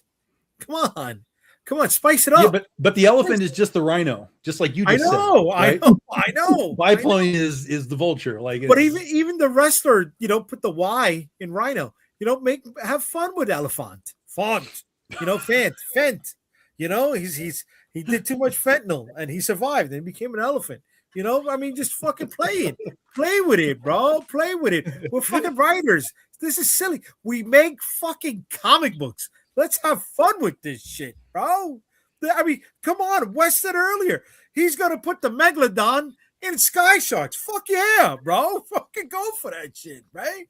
Go for it. Sometimes we can't. You know what? Hold on. Let me bring this to Sam, my man. Bro, Duty from Uranus. Fucking lead in That was a drive-by. I was just walking down the block, minding my own business. No, but I Yes, I went know. with it. It worked. Yes. It worked, bro. I like the kitchen names. I like the punny names. So Jay, I got a question for you. In G.I. Joe, do they have an explosives expert named Blowjob? No. But Rosario's about to make that. Yeah. But That's going to be the next first appearance. We're We're the gonna Interceptor. break it up. Yeah. BLOJ middle name, and then OB is the shit. I got a fucking character named OB Jin. OB Jin. There's no ladies here, but I got it because I was waiting with my wife at the doctor's and I saw the sign. It said OB gynecologist, OB Jin. Come in, fucking, it worked, bro. Elephantser. Oh, that's nice. That's nice, Dan. I like that. An elephant with the sword. Dan, I'm stealing it. I'm fucking stealing it. Yeah, okay. Sometimes they're flat. Sometimes they're flat, but sometimes they work. Instead of the last, right? The Rocketeer. Tier. Right? A Musketeer. I'm with shit like that. I am. I know. I'm a sucker. I'm sorry. I'm a mock. You really are, Mark. All right, cool. Wow. Anyway, back in the day when I was in my teens, we played a lot of role-playing games, right? And it's the one up into my early 20s. And at the time, I was creating names, but I was also I was at just the beginning of making the comics, right? So I had some weird names. Like I had a group, and it was always a thing about the leader and then the group, and it was like Consort and his consortium. And it was just like, what in the name of fuck was I thinking? But I was 16, so I give myself a pass a little bit. But yeah, and I think a lot of it has to do with the fact that we don't see a lot of man or woman type of names anymore because all the good ones are taken, right? And all the ones that come afterwards that we see now, right? Well, like, what's the most successful one that we've seen recently, right? In the last few years is Dogman. Mm-hmm. Right? Mm-hmm. That's the most successful one we've seen in, in the last, 10 years. And, it's a kid's comic. It's a lot of fun. And, I think that's what it is. A lot of people perceive it as being juvenile at that point. So I think that's why a lot of creators are just try to steer away from the man, woman type of names. But I think it has something to do with the fact all the really good ones are already taken, So I think we just need to get the dictionary out and just start adding man to every word until we find the next good one, Mm-hmm. Yeah. Well, I think JD made a good point about it being the perception of being juvenile, because that's golden age, silver age, all that the comics were juvenile. The people making them hated them. Yeah. Well, see, and Daphne's point, like Superman was you're going back to the beginning. Yeah. So back in the day, being told Batman, Superman, these were new words to us back in the day. So, that's why I was kind of just leave those guys out. And what are we looking at nowadays as far as Concrete Man, and so on. But to Daphne's point, I mean, that's actually something that grinds me in the superhero movies. It's like, bro, Superman's on screen. Call him Superman. Don't call him Clark. Right. Like, and it's like, oh, Clark. You got a secret identity, dude. Call him Superman. Yeah, at least call him Kal-El, if nothing else. Right. Right. You know, and it's like Kal-El, Tony. I don't care if he's out. He's Iron Man right now. Yeah. Quit taking your helmet off and be Iron Man. Right. Mhm. While we're talking about this, I'm developing a group of not villains, but the Carpeters, right? And they're the carpentry workers that build the secret villains' lairs. Nail Man and Woodman and Joist Man. Mhm. Right? They're the carpenters who blew up on the Death Star, right? And they're just average Joes. They're not good. They're not bad. They're just taking a job, right? But the Carpeters, they keep their mouths shut. Mm. That's awesome. That is such a good idea. I'll buy that. There you go. Didn't Marvel have something? What was the cleanup crew they had? Damage control. Damage control. There you Damage go. control, yeah. Yeah. So, yeah. But yeah, I guess they would need the reverse, right? They would need, their Carpeters, right? Yeah, the Because Carpeters. how many times has both Marvel and DC laid into the the tailors? Oh, they do suits for both heroes and villains, Yeah. right? They don't care. They keep their mouth shut. There's Yeah. shit. Fucking Invincible did it, right? The tailor that slept with his mom. Yeah. We have a thing in the Critter book called Super Pawn, which is a pawn shop for heroes and villains and their gear and stuff like that. So, Nice. I was at like a bookstore in Philly, and just like somewhere on the shelf was this indie comic from like the 90s, and I was like, this looks cool, and I opened it, and it's the whole premise is this guy is a supervillain's henchman, and it's like his whole story of like why he's his henchman. I don't know, it was just an interesting like kind of meta take, but it's called Hench. I'm sure you can find it somewhere. yeah, I know what you're But talking about. I love those stories. They're very cool. Thank God he went that direction. I thought he was going to go the other way and say 90s was so far ago. You know what I mean? They say ancient. I was going to be hurt there, Gavin. But thank God you went the other way, bud. I appreciate it. I mean, when were you born? 2001? 2002? 99. Last year of the 90s. There you go. Yeah. So Okay. I'm allowed to set the book in 95, you know? You made it in 99. You qualify as a real human being. Anybody after that, I don't believe anything that they have to say. There was like 2 years where I didn't have access to a computer. We didn't have a computer at home. So Oh, simmer down. Okay.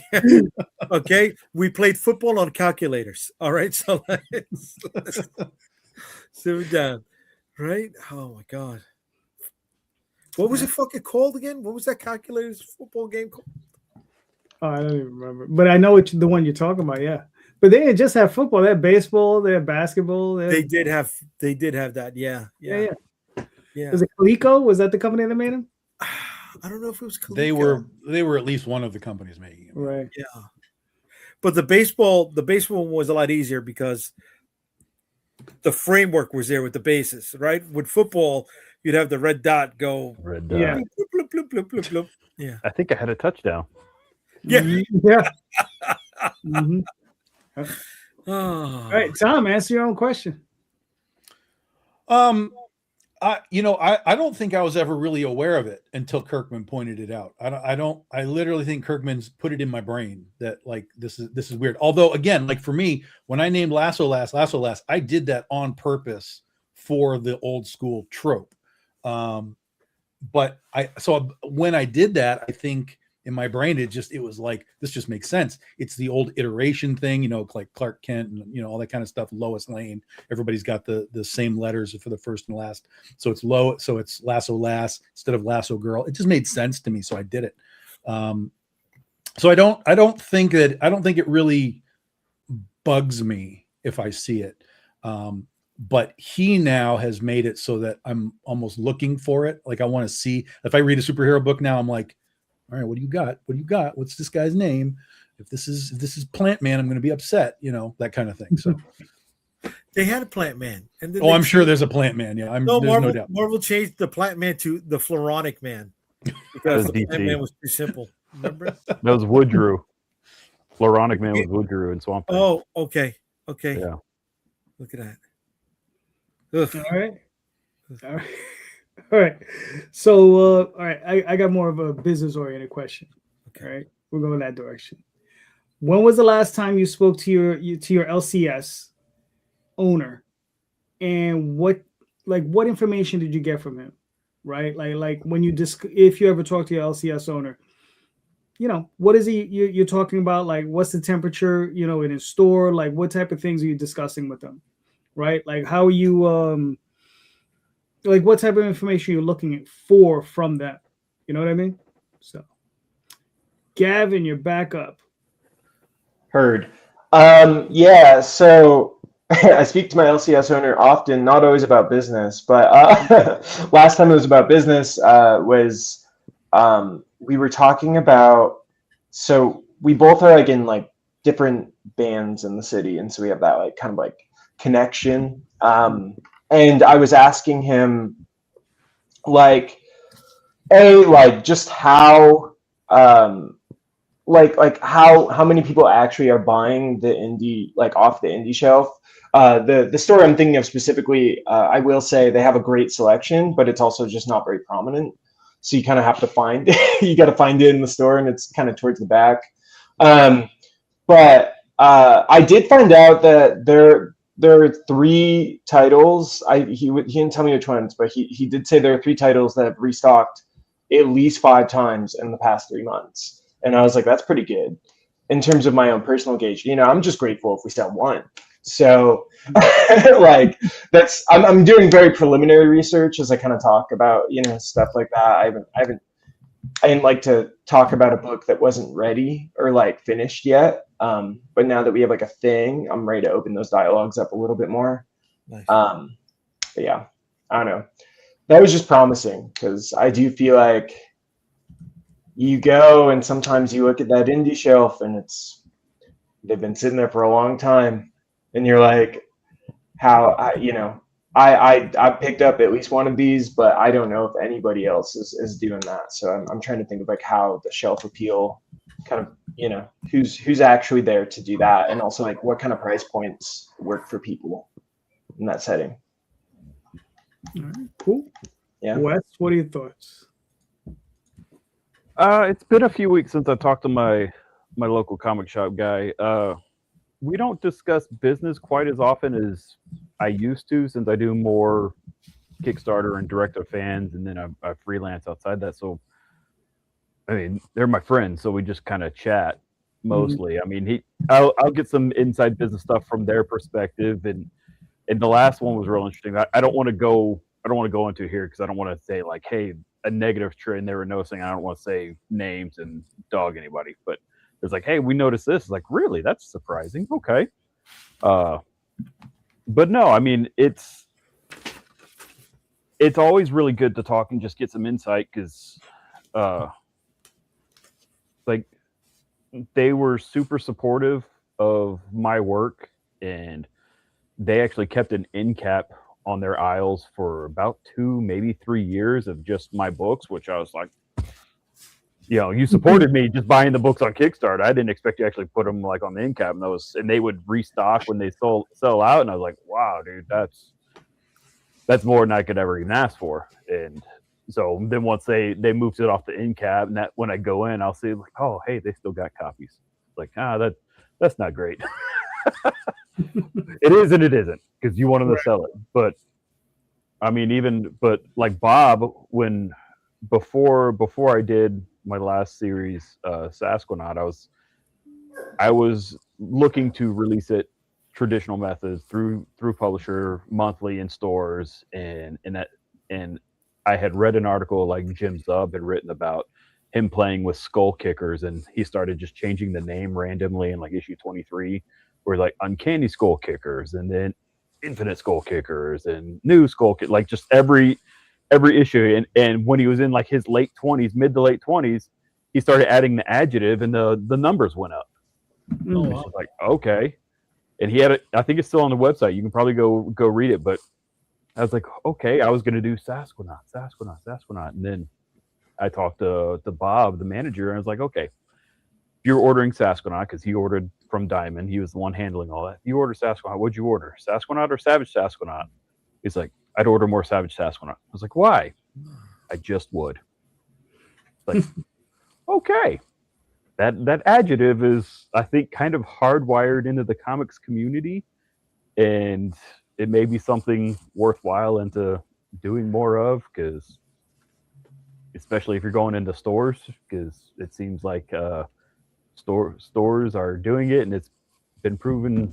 Like Jim did the math and did the numbers and put it out, put his money where his mouth is, and had his book that was moderately selling go up in numbers just by changing the name. Not even the number, just the name. Right. And then, in my like, hey, if I did this, what would you do? And it's like, no, I'm going to order more of that just because. And it's like, wow, okay. So that's something that's stuck in my head since then. And everybody add absolute to your comic book title name then. Right. Yeah. Oh, that. Tom. The next artist would be absolute Sasquatch. There you go. Well, it could be the absolute. Why didn't I put that on this campaign? Can I change it now? Tom, that's on the head, dude. Mm-hmm. But no, yeah, I've already put myself there. Like I was gonna, the next time we did a critter, I was gonna put absolutely critter at the top just to be a little off. But I mean, it's crazy because it's one of those things when it comes to doing. So I love my local comic book shop. I go when I can and spend the time I can there. But it's also a different market when you're selling direct to your customer. I will sell to any and all stores. There's a great store in Tifton, Georgia. Snap! I'm blanking. I am so tired. We've all been there, bud. Yes. Oh, dude. You should have seen us on Friday. Yeah. Well, the hour change and kids, and it's just like, dude. I'm going to think of it as soon as it's over. Anyway, forgive me, Kevin Clady and his store.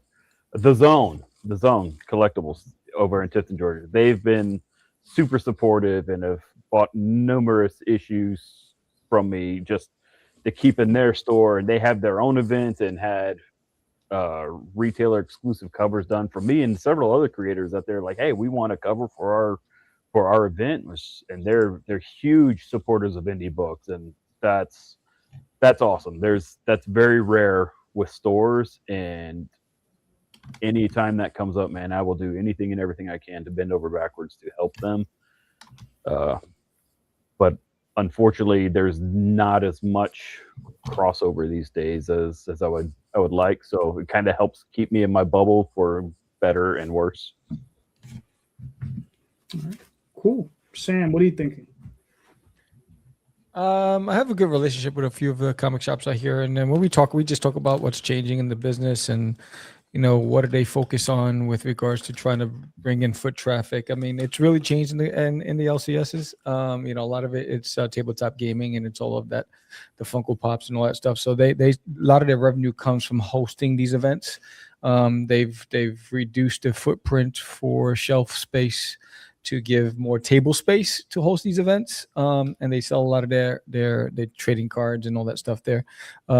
But they're also very supportive of the local guys. So we just talk about, what do you look for in indies? I tend to do like free comic book days at some of these comic shops, or I do about 3 different signings a year at my local shops.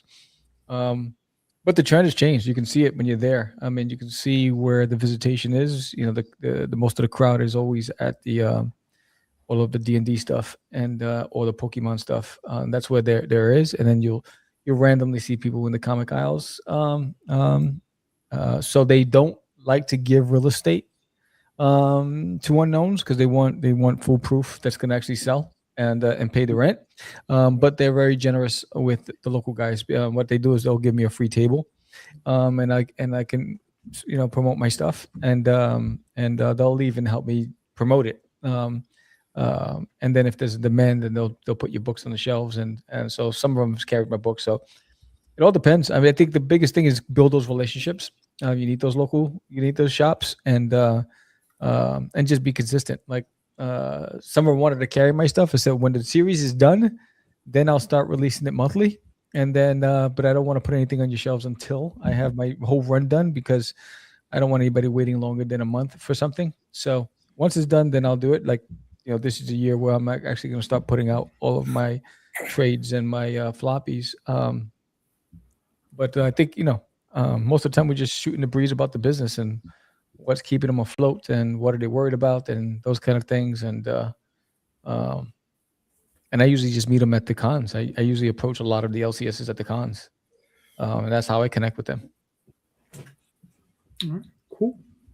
Tom, what are your thoughts?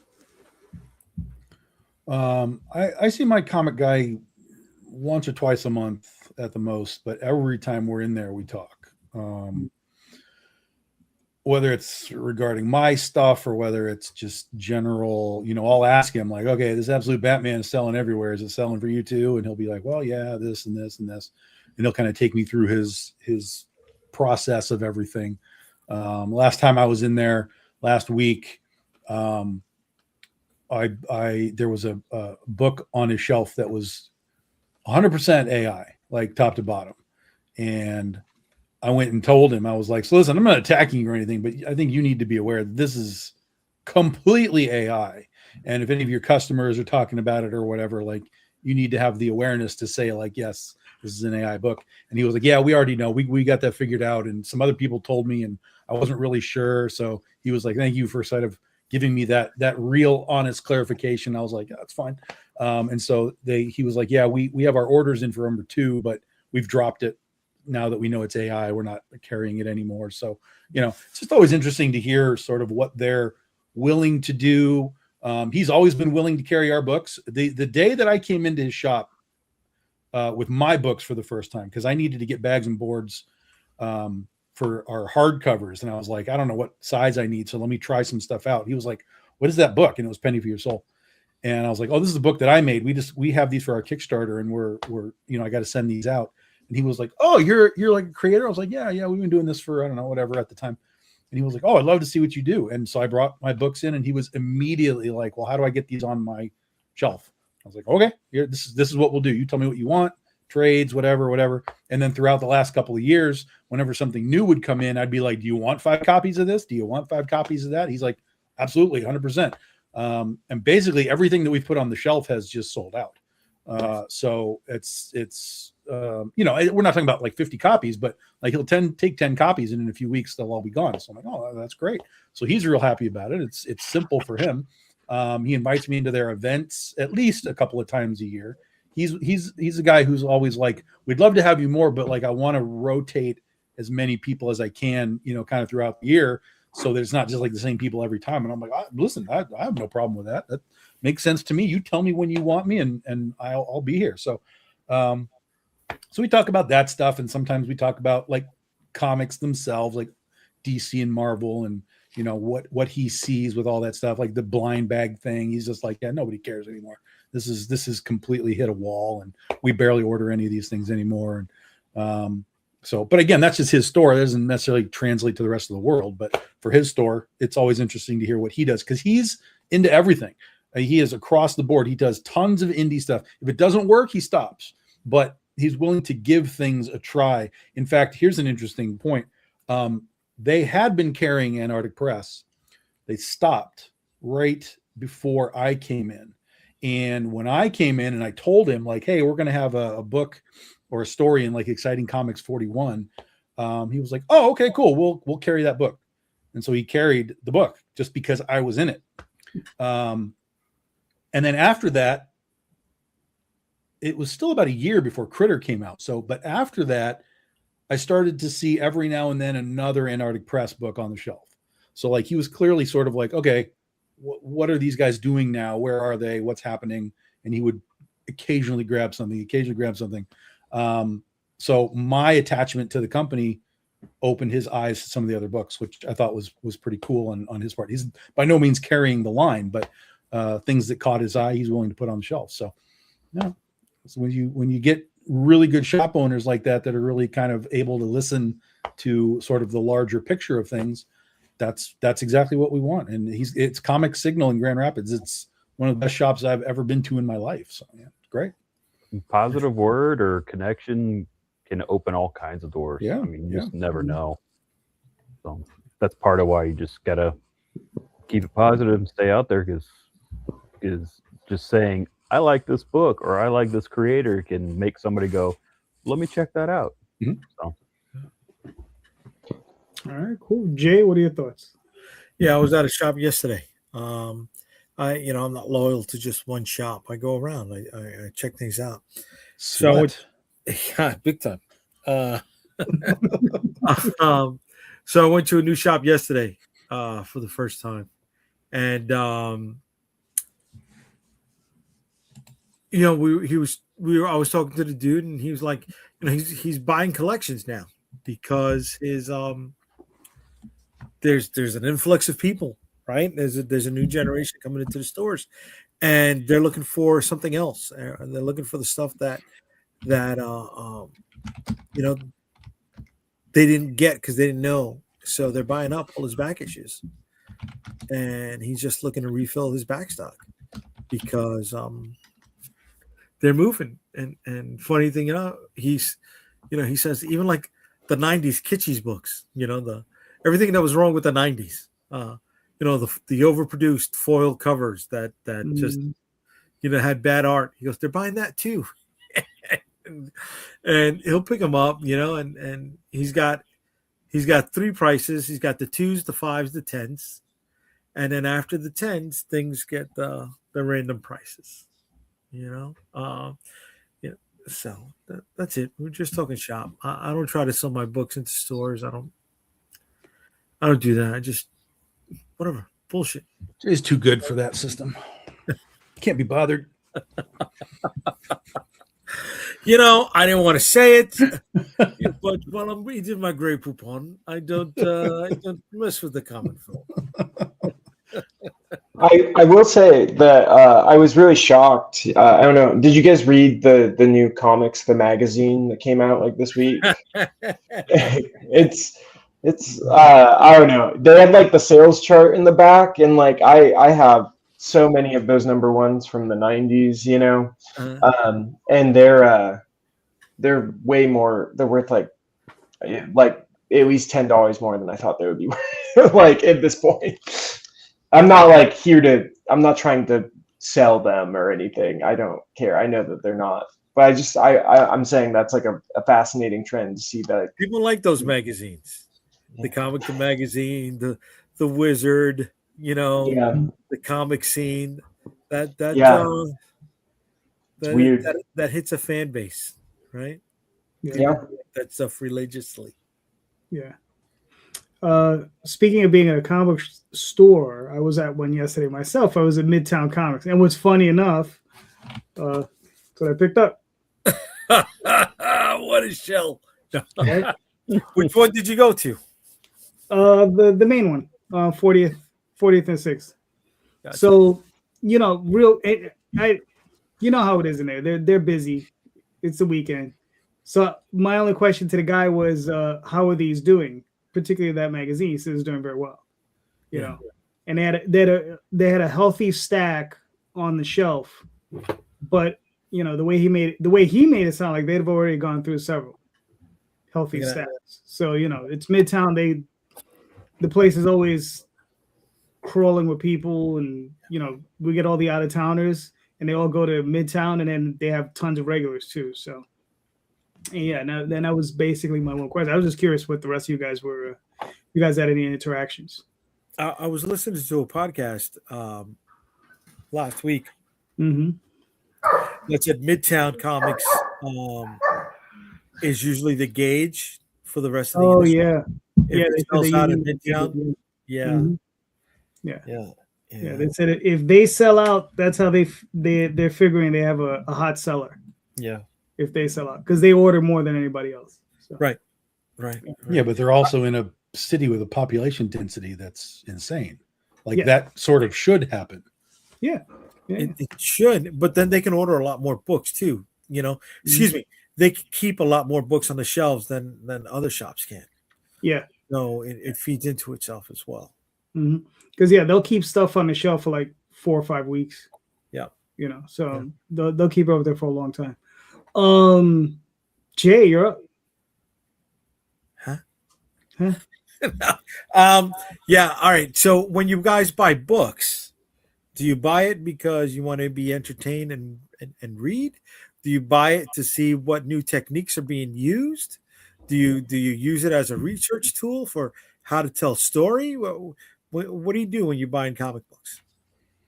What is your main reason for buying the books at this point, now that you are a creator? All right. Wes, you're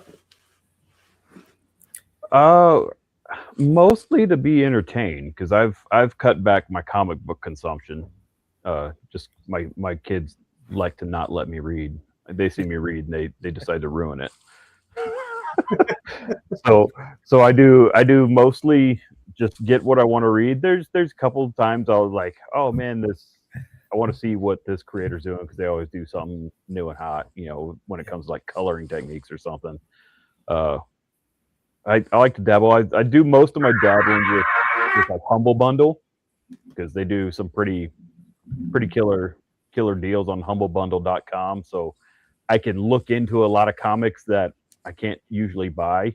It's all digital though, right? That stuff? Yeah, that's all digital. But like there's stuff like, it's like, I'd check that out, but I'd probably never buy it. And so I can just go in like, oh man, I really like this. And then I'll read it or just flip through. I'm like, oh, that's kind of cool. So I can see a lot when it comes to researching techniques. Is like, oh, how does somebody play out this kind of story or pacing of a scene?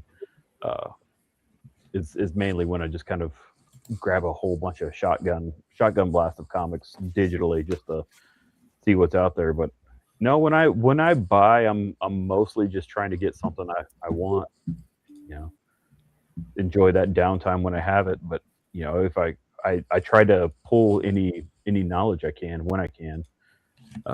I don't claim to know everything, so I mean whatever I can learn, especially now getting back into lettering, I try to look at that a lot more just to try to be better at it, because like I've been able to do it, but I want to actively improve it, and I've been trying to draw more and do more inking. So it's just pull what I can from it, but first and foremost, I want to enjoy it, because I've always enjoyed it, and I could very easily not. So I try to just focus on what I want to read. So I've gotten rid of a bunch of books that I used to buy, that I bought just specifically for reference. I'm like, I'm not really looking at this anymore. I'm going to get rid of it. Just to kind of clear space in my head and kind of keep the positivity in my heart for the medium I love. Otherwise it get too overwhelming. Okay. All right. Cool. Sam, what are your thoughts? You're muted. I'm a fan first, so I buy what I like. I love looking at new techniques and coloring styles, and I love looking at new up and coming artists. And because I'm a student first, so I'm always learning. And so I start off first, it's the visuals, and then the story will keep me coming for that same thing. But most of the time I'm buying because it just intrigues me. And I always approach it from a point of a fan first. So even like a lot of the stuff that I have in my collection is because it's beautiful. The art, the visuals, all that stuff. And so I just like stuff that's going to inspire me creatively to challenge myself to get better. Good. Cool. Gavin, what do you think? I think I'm pretty closely aligned with Sam. I mean, I try my hardest to go into the shop and just do that kind of thing that I used to do when I was 12 and would ride my bike up to the store and just kind of like look and like kind of get lost for a minute and see what speaks to me. because I think that kind of gives me some insight into my own tastes a little bit. But it also kind of just, it helps a little bit with like I've never seen this story before, but I'm looking at this cover and it rocks, and I'm gonna pay $5 now. like they sold me on this image or whatever, or maybe I thumbed through the first few pages and I saw like a color palette or a lettering style that I've never seen before. It is always kind of visual first for me, but I also, I don't know. I guess like if we're talking about like back issues too, I like to go on like binges of different artists. So I like every now and then, once my pile's kind of cleared out, I like to go through and be like, okay, like, do I have every pre-Hellboy Mignola issue? Like I collect by artist, so it's like I have like all of Mignola stuff up until Hellboy, which Hellboy's just expensive, so that's why I have the single issues are. And then I also have like all of David Mazzucchelli's Daredevil, and like I don't have all Batman because I've stuff like that. Like I've price budgets, and I have it in the trade. But and then there was like, I think like the most specific thing that I can remember like seeking out going into the store was, I remember I'd seen these essentials. Have you guys ever seen those Marvel essentials, like the black and white, like phone book looking things? Mm-hmm. I'm actually, my computer is on one. So I'd seen these in my store over and over and over again. And I was like, dude, I need to learn from Jack Kirby. So I went and I bought all of them that were at the store, because they're like $4 a piece. And you get, hundreds of Kirby black and white art. So it is very art driven for me, but I also I have a lot of fun reading the stories, and it's fun to get lost in the store, and I try to do that as much as I can. Very cool. Cool. Tom, what are your thoughts? Yeah, anything that I buy, it's because some aspect of it was like, oh, that looks like it might be good. And it's one of the reasons why I don't really buy anything.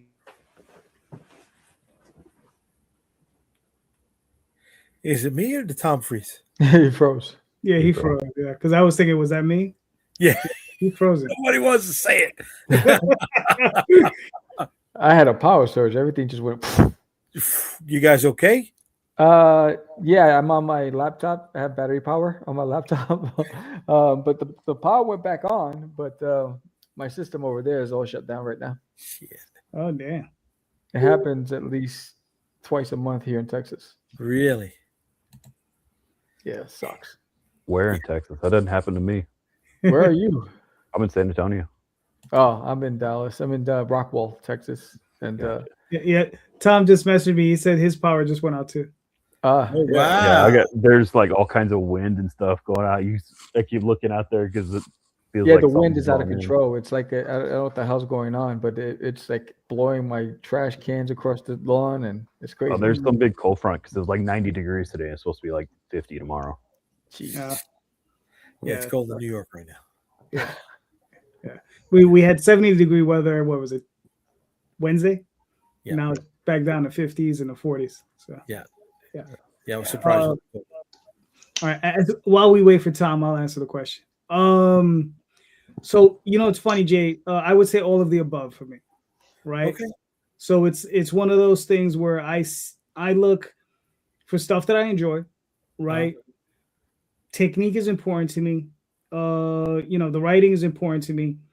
The art is important. It's like it's all one cumulative thing. I mean, I enjoy basically, all of it. But like case in point, the most recent thing that I purchased that I found really, really intriguing was Darwin Cook's Spirit. They just recently released a hardcover. It was a slipcase hardcover from Image, and I just recently discovered Darwin Cook. I knew the name, but within the last 6 months, I picked up just about everything. I picked up Parker. I picked up his Batman in a hardcover. I picked up, what is it? He did something with the Justice League. Something. New Frontier. They made a cartoon out of it. It was pretty cool. I picked that up. I already have the Catwoman omnibus that he did with Brubaker. Yeah. Right. I have yet to read it, but I have it.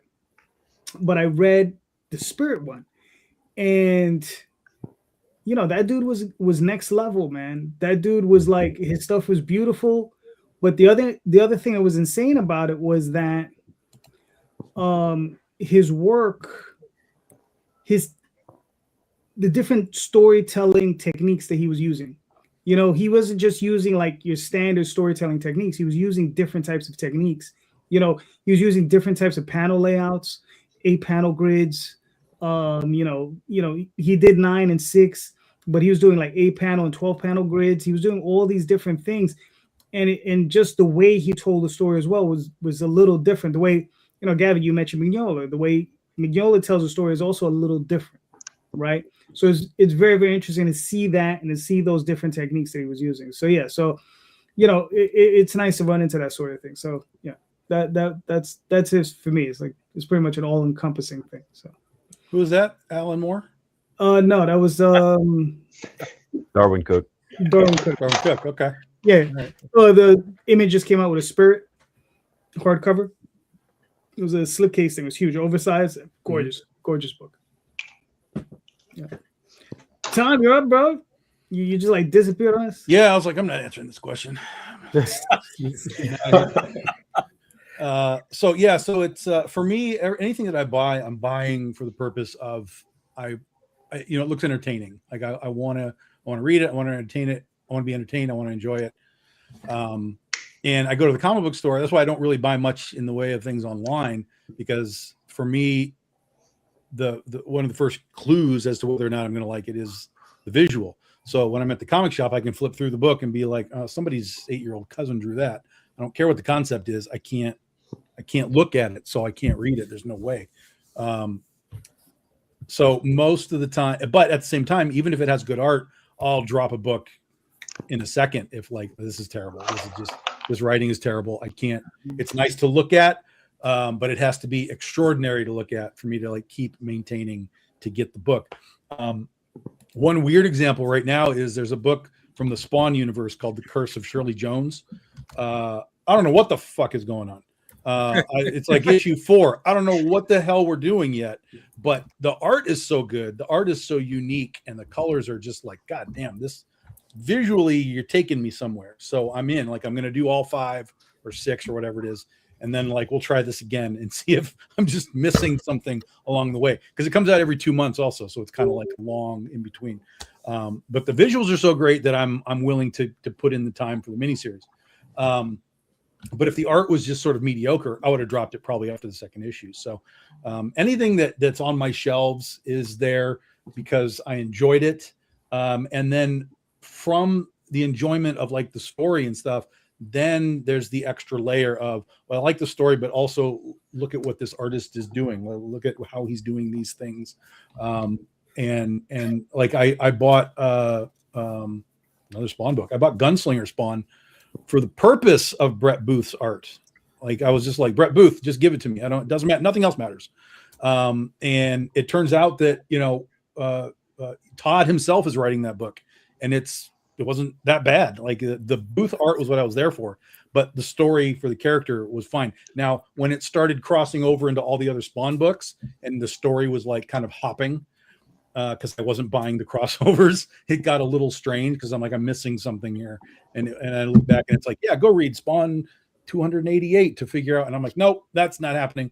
But it's still Brett Booth, so I'm going to watch what he's doing. Because he was doing, now again, I don't know if it's Brett doing this or if this was Todd laying this out in the script, but he was doing a lot of stuff that I have started doing in my comics over the last so many years, which is lots of, instead of just like squares or rectangles like standing up, it's very widescreen. It's very like wide rectangles on the pages, so you get sort of a widescreen look. Which I really like. And as I was reading that or looking at that Brett Booth stuff, I was like, that's what I do. I mean, I've been doing that. I've been setting up my pages for my artists like that. So I really had an appreciation for seeing how he did that.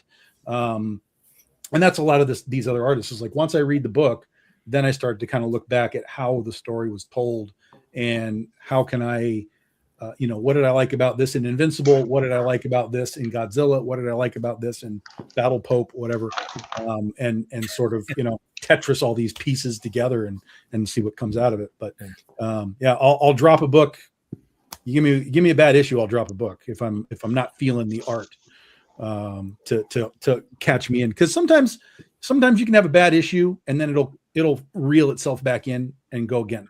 But it's got to have something in the art to at least hold on to me if we run into a wall in your story. All right, cool. Jay, you're up. Yeah, I get it for all three. Entertainment, find out what's going on, new techniques, and all of it. You don't know what technique is. Of course I know what technique is. Of course I know what. Come on, that one hurt me. No, cut me. You cut me on that one. Son of a mother. Not art technique, but layouts, right? Lettering techniques. Yeah, man. Storytelling techniques. I mean, are they following 3-act structure? Right? Are they doing string theory? What are they doing? How are they telling the story? Dude, most comics are string theory now. Most comics are string theory. Yeah, they are. That's just reality. Yeah. Most reality is string theory too. Oh wow. Wow, we just went. Well, he said it. No, listen. We're born. We wear diapers. We die. We're wearing diapers. I get it. You know what I mean? It's the circle of life. There you go, man. All right. Is that it, Jay? That's all you got? That's all I got, bro. Because it's Terrible. 2:00. I got to work tomorrow. I got to be up before the morning. See, it's 2:00. Excuse me. It's 2 hours in, baby. You know what I'm saying? Exactly. And since we're 2 hours in, gentlemen, thank you so much. You guys are all awesome. Thank you for being here. We made it to the 2-hour mark, as Jay said. Sam, where can we find you and your work, sir? You'll find me on dutiesroll.com and Catch the Craze podcast every Tuesday night, 7 p.m. Central, 8 p.m. Eastern Standard Time. Cool. Wes? I've got wes-hartman.com. You can find me on Facebook at Wes Hartman, and I'm on Instagram as The Sasquanaut. Cool. Gavin? Yeah, you can find this on Kickfoot Comics on Instagram. It's just at Kickfoot Comics. We have a website that will be out very soon. Just kind of finishing that up. We're launching all at once. So, and then also on the Kickstarter. All right, cool. Tom? BigDogInk.com if you want your comics, back issues, trade paperbacks, all that kind of stuff. And we'll be launching the BD16 anthology, the Oz-thology, in 2 weeks, the 28th. Nice. Jay? UnstoppableComics.com. You can find all my social media links on the website, along with bundles of our books. On Friday nights, Comic Book Streamland on YouTube. And on Sunday, Indy Comics Explained, usually with this guy here and this guy here on both of them. And, mine is a little less formal. Excuse me. We're hanging, we're bullshitting, we're ripping on each other. We're having a beer at the bar after the con. That's what that's about there. All right, cool. You can find me on Facebook, Instagram, Twitter, but mostly on Kickstarter. So you go check that out. The Oswald Chronicles currently running. And don't forget, everybody, please check out the show notes.